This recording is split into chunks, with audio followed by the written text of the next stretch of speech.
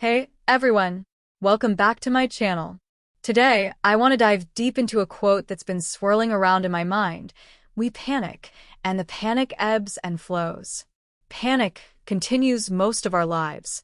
By the end of this video, I hope to shed some light on what it truly means and how we can navigate the waves of panic in our own lives. Have you ever felt overwhelmed? I know I have. Picture this. You're running late for an important meeting. Your phone's buzzing with notifications, and everything feels like it's closing in on you. That gut-wrenching feeling? It's panic. It's that instinctive response our brains set off when we feel threatened, whether that threat is real or just our minds playing tricks on us. Our brains are wired for survival, and that means they're always on high alert. When we panic, it's like flicking a switch.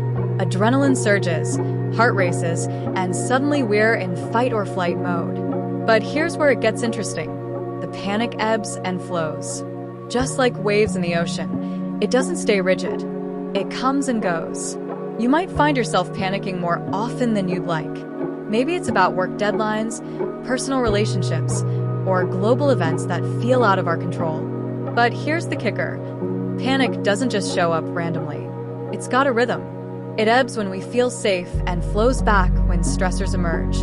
This cycle can dictate much of our everyday lives.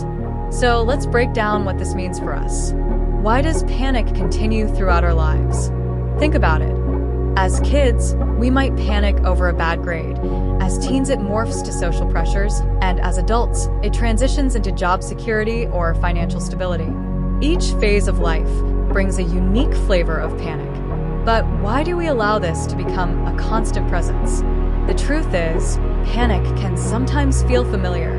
It's like an old friend that we didn't invite but keeps showing up unannounced.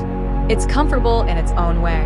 We develop coping mechanisms around it, and those mechanisms can either help us or hinder us. Let's take a moment here. Imagine facing your panic instead of running from it. What if we viewed it as a signal? A signal telling us something needs to change, adapt, or be addressed. What if each ebb was a reminder to breathe, to refocus, and to regain control? Here are 3 strategies that I personally use to ride the waves of panic in my life. 1. Mindful breathing. When I feel that panic rising, I take a step back. A few deep breaths remind me I'm in control. Inhale for 4 seconds, hold for 4, and exhale slowly for 6. Repeat this a few times, and it does wonders. 2. Reflect and write. I keep a journal where I jot down my thoughts when I'm panicking. It helps me analyze what's really triggering my fear. Is it the deadline or my fear of failure?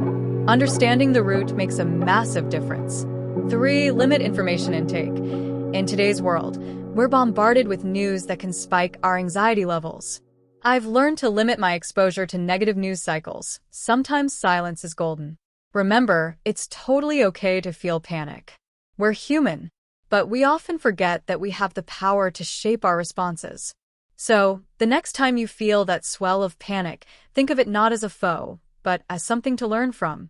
After all, it ebbs and flows just like everything else in life. If you found value in this message today, please give this video a thumbs up, share it with someone who might need it, and hit that subscribe button for more insights and conversations. Let's ride these waves together. Until next time. Take care and breathe easy.